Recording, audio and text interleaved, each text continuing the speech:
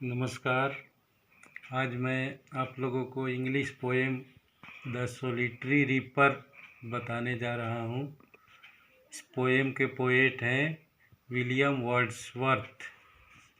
William Wordsworth, जैसा कि आप लोग जानते हैं, प्रकृति के बहुत बड़े कवि हैं। उनके जैसा प्रकृति का चित्रण आज तक ना कोई कवि कर पाया है ना कर पाएगा।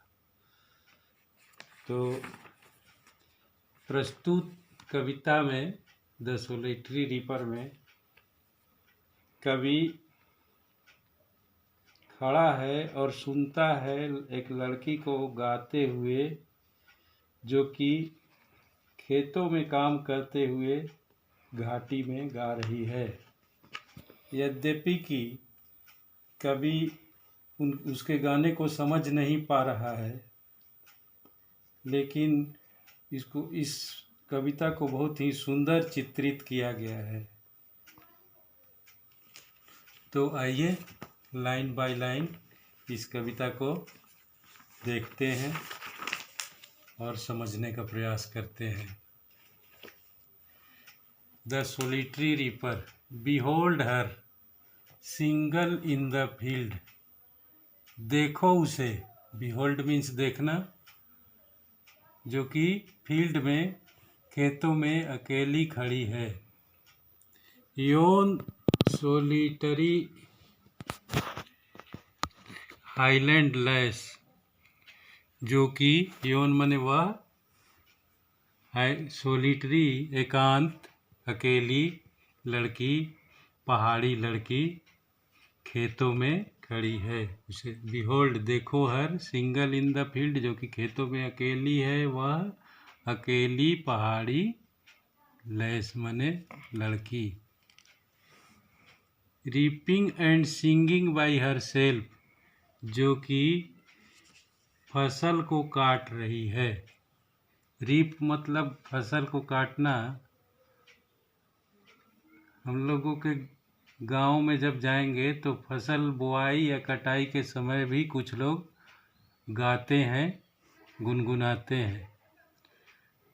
तो reaping and singing by her self, जो कि अपने आप से दोनों काम कर रही है, काट रही है और गा रही है। और जिसको देखकर कवि बहुत ही मुग्ध है, मंत्रमुग्ध हो करके, और वो उसको देख रहा है, सुन रहा है। आने जाने वाले लोगों से, वहाँ से गुजरने वाले लोगों से कवि बोलते हैं विलियम वर्ड्सवर्थ कि स्टॉप हेयर, यहाँ रुकिए।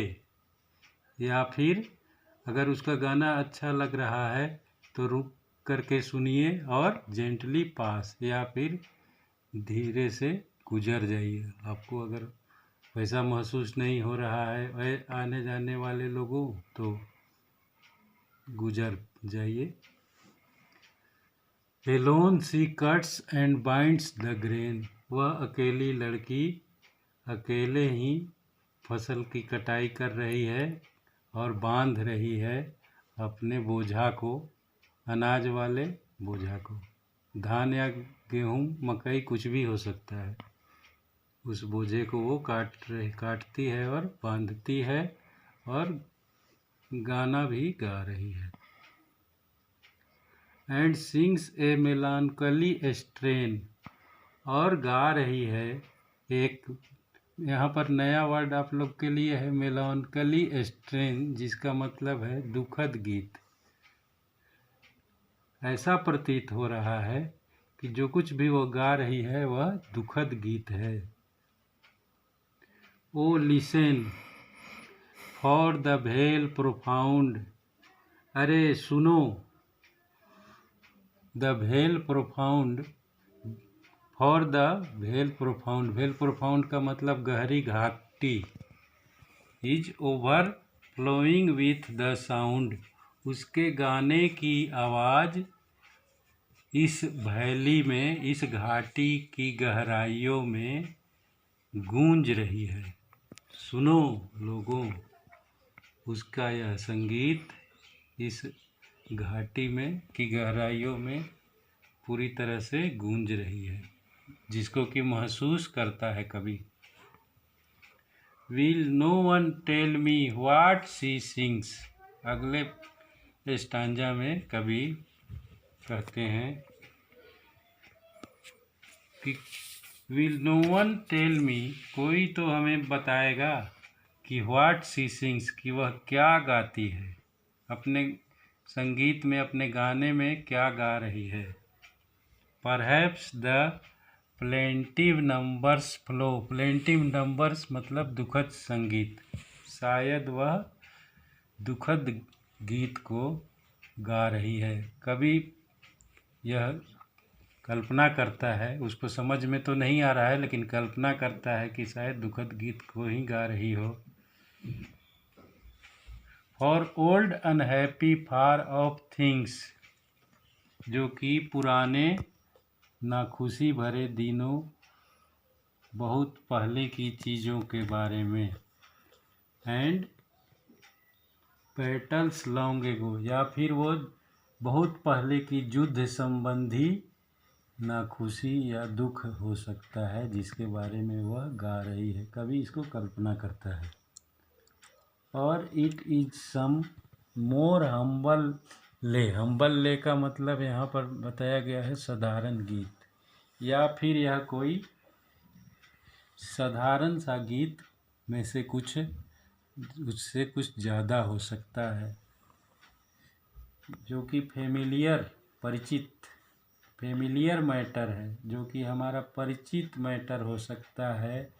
ऑफ टुडे, आजकल घटित होने वाली घटनाओं से परिचित हो सकता है, उसके बारे में यह गीत जो गा रही है वो हो सकता है। या फिर कभी और कल्पना कर रहा है उसके गीत के बारे में। सम नेचुरल सौरो, कुछ प्राकृतिक दुखों के बारे में, प्राकृतिक आपदा भी हो सकता है, उसके संबंध में उसको चित्रित करते हुए वह लड़की गीत गा रही है। या फिर लॉस, हानि या फिर दर्द के बारे में यह गीत हो सकता है, यह दुखद गीत हो सकता है। डैट हैज़ बीन, जो कि हो चुका है। एंड मे बी अगेन, और या फिर वो गीत दोबारा हो, या फिर वह दुख दोबारा, वो दर्द आने वाला है। अगले स्टांजा की ओर बढ़ते हैं। वाट एवर द थीम, इस गीत का सारांश जो कुछ भी हो। द मेडन सैंग, जो कि युवती गा रही है, उसका सारांश हमें पता नहीं है, इसका सारांश कुछ भी हो सकता है, जो भी हो। As if her song could have no ending, ऐसा मानो कि उसका गाना कभी ख़त्म नहीं होने वाला है, ना समाप्त होने वाला यह गाना है, ऐसा प्रतीत हो रहा है कवि को। आई सा हर सिंगिंग एट हर वर्क, मैंने उसे गाते हुए, उसके काम करते हुए और गाते हुए मैंने देखा। And over the sickle bending, फसल की कटाई हम जिस चीज़ से करते हैं, सिकल मतलब हंसुआ होता है, तो वह अपने हाथ में हंसुआ ली हुई है और मुड़ी हुई है, मुड़ करके काट रही है और काम करते हुए गा रही है, जैसा कि मैं देख पाता हूँ, मतलब कवि विलियम वर्ड्सवर्थ देख पाते हैं। तो हमें इतना उसके बारे में अच्छा लग रहा है कि मैं आई लिसन मोशनलेस, मैं बिना गति किए हुए चुपचाप से सुन रहा हूँ। स्टिल, शांत, शांतिपूर्वक, बिना हिले डुले मैं उसके गीतों को सुन रहा हूँ। And as I mounted up the hill, और अब मैं पहाड़ी के ऊपर चढ़ गया हूँ। उसका गीत, यद्यपि कि मैं पहाड़ी के ऊपर चला गया हूँ, चढ़ गया हूँ। The music in my heart, I bore long after it was heard, जो कि मैं उसका गाना सुन रहा था लंबे समय तक, अभी उसका आवाज़ नहीं सुनाई पड़ रहा है, लेकिन म्यूजिक जो है, जो संगीत है, मेरे दिल में, मेरे दिल की गहराइयों में महसूस हो रहा है। उसका गाना हमें इतना पसंद आ रहा है। धन्यवाद।